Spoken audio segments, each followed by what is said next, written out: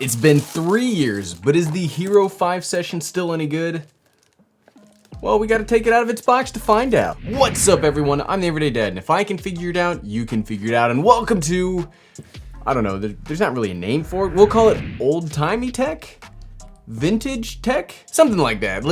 Some kind of old, it's not new anymore. Today we've got the Hero 5 session, which is the most unique of all of the GoPro Hero cameras, was the session line. It's kind of a neat little all-in-one package. It is missing a few of the newer features, but today we're gonna unbox it, take it outside, use it really quick, and see like, it's still any good. I'm curious, I love action cameras. But before we pop this thing open, I do want to thank my friends over at B&H Photo for lending me this Hero 5 session. I didn't know that they were still in stock, but I was browsing their website, they still had it, they're letting me borrow it. Let's get to it. So let's crack this thing open, because there was a time when GoPros were not necessarily designed by the current body. I mean, so back in the ye olden times of the Hero 5s, they had the Hero 5 Black, the Hero 5 Session, the Hero 4 Session, and there was a whole bunch of other kinds of cameras besides just what we have today. So still worth it? Let's see what we got in the box. This was the first time, so the Hero 5 line was the first time GoPro had that little where you had to basically ruin the packaging to open it so you could never like fully return it. I'm glad to see that that's still happening. So what do we got in the box today? Don't tear it. Don't break the box. I don't know what it is about GoPro packaging, but I swear I think it's designed to have me destroy it when I open it. Oh, we did it! First try. I didn't just cut that from a whole bunch of me not being able to do it properly. So in the box, you get the Hero 5 Session. What else? This was also the start of like the action cameras deciding that they didn't need to really include any accessories. Because look at that. It's kind of an empty box there. We've got, look at this. For the price of almost a Hero 5 Black, you get 3 things. Hooray, look at these adhesive mounts. We've never seen these before. At least it's 3M, which means it's good. You get this was the start of the USB-C generation for action cameras, which, I mean, look, as much as snarky as I'm being right now, I do like the USB-C implementation. And then you also get the GoPro itself. Now I've never had a Hero 5 session. I've never actually used a Hero 5 session before, but I had a Hero 4 session, which is like the older version, which did not have nearly the recording specs or the capabilities of the 5, and it didn't have stabilization. The thing that I'm really most excited about with the Hero 5 session is that it does have electronic image stabilization built into it. But now it's time for the camera. Look, like these things are so small. I really kind of wish that they still made this line, because look at how small this camera is. Now it is missing like the LCD display, so you can't exactly see what you're doing unless you have the app connected, and we'll see if it still connects to the app here in a second. But look at how just like compact this thing is. Like you could make this into a very easy, just like, we always talk about like being nervous about filming yourself while out in public. Well, it gets really easy the less people like care what you're doing, and the smaller your camera, the less people care. So here on the side, we've got the USB-C and the SD card slot. On the top, we've got the little teeny tiny little LCD screen. And on the back, we've got the Wi-Fi button. There's only 2 buttons on this whole thing, so it is incredibly easy to use. Does it have all this time later? Does it have power? Yes? No? No, it does not have power. I mean, it is 3 years old. So through the magic of editing, you don't have to wait. I'm gonna charge this thing up a little bit. Then we're gonna connect it to the app, because without the app, you can't really see what it's doing because no display. So, okay, charging mostly complete. I mean, there's only so long that I can wait before we gotta tear into a camera again. So let's move that out of the way. So we've now charged this a little bit. So let's turn it on, see what we got.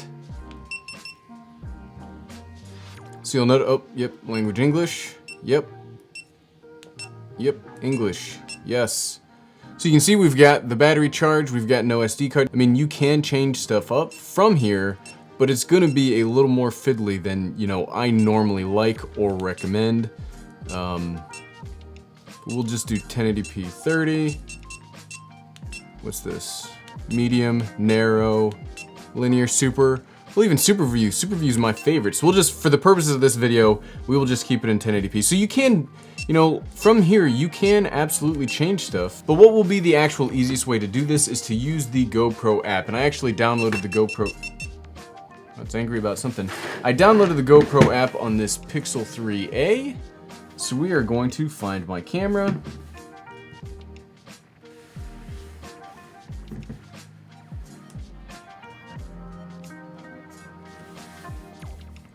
And there we go. That was pretty easy to get connected. Like, look at that. That only took a few seconds.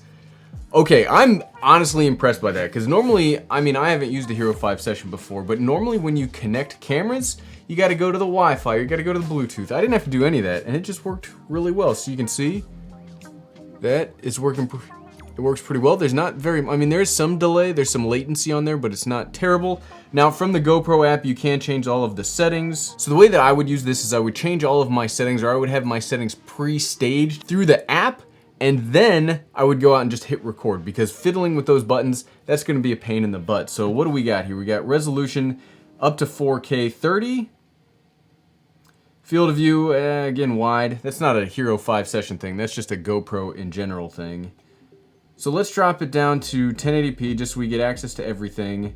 The rest of the video is in 24, so we'll keep you in 24, and field of view, super view or nothing, right? You can also turn on Pro Tune, which is, Pro Tune's like GoPro's manual mode. So we'll do GoPro color, ISO limit, we will only let it go, well, we'll let it do 800. Normally I don't like to use the GoPro Auto ISO because it has the tendency to go way too aggressive and just, it makes everything look pretty rough. So sharpness, nope, we do not want sharpness at high, we want sharpness at low.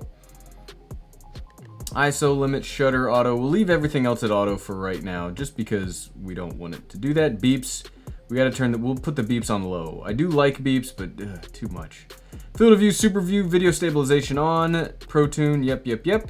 Okay, so let's pop an SD card in here real quick and see what the indoor video quality looks like. And then we'll hop outside. It's supposed to storm all day today, so I hope that I'm not walking outside into a big old storm to get soaked for this video.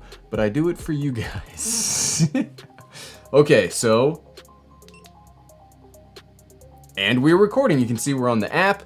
We've got the Hero 5 session in hand. The stabilization is turned on. I mean, this is the exact same setup you just saw. The Sony a6400 was over there. This is the indoor image quality, and from what I can see on the app here, it actually looks pretty good. It's just a tiny little action camera. I'm not expecting like full frame mirrorless levels of image quality, but from the app, it actually looks pretty darn good for 1080p indoors. So I'm excited you guys actually know what this looks like. I'm seeing this through the app.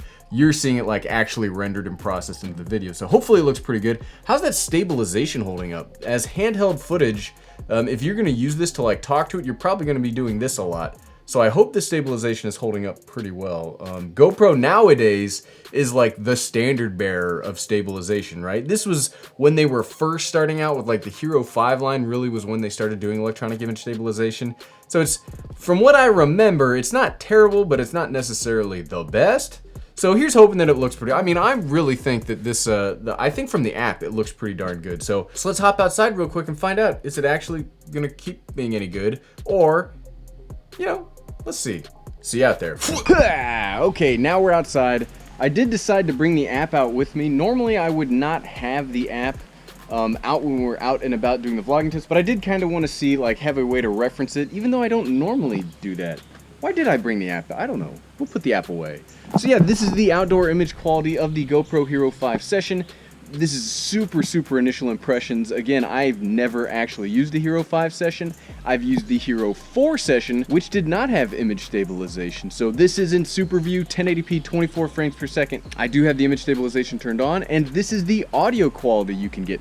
Now, the big problem you're probably gonna see right now is when it's set to super view, you definitely get that GoPro fisheye distortion everywhere. So if you were going to use this as like a vlogging camera, or you were going to use this as out and about, I would probably set it to linear. Actually, let's do that real quick. This has been super view. Let's set it to linear real quick.